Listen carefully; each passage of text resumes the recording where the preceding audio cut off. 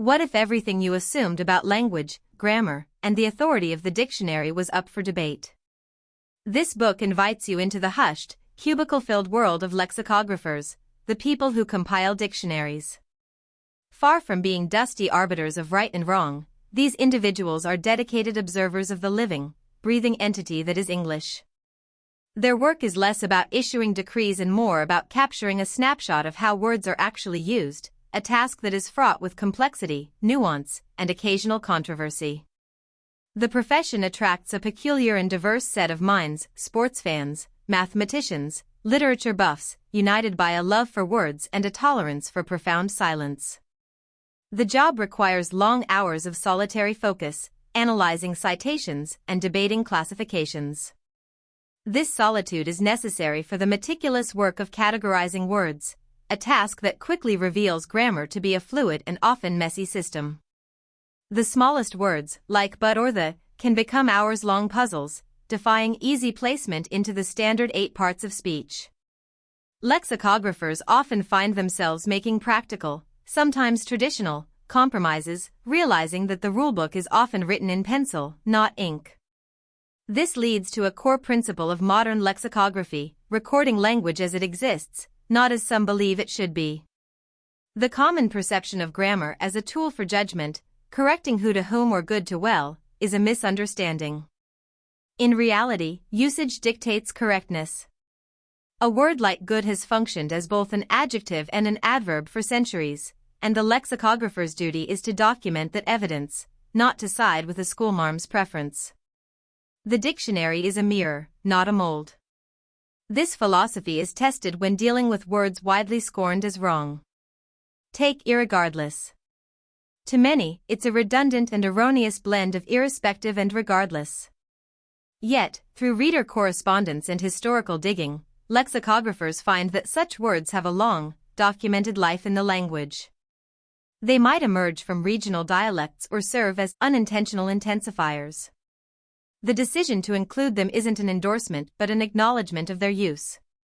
The dictionary becomes a historical record, showing that today's error might be tomorrow's standard, and yesterday's forgotten meaning might still linger on the tongues of a few. A major source of public frustration with dictionaries stems from a confusion about their purpose.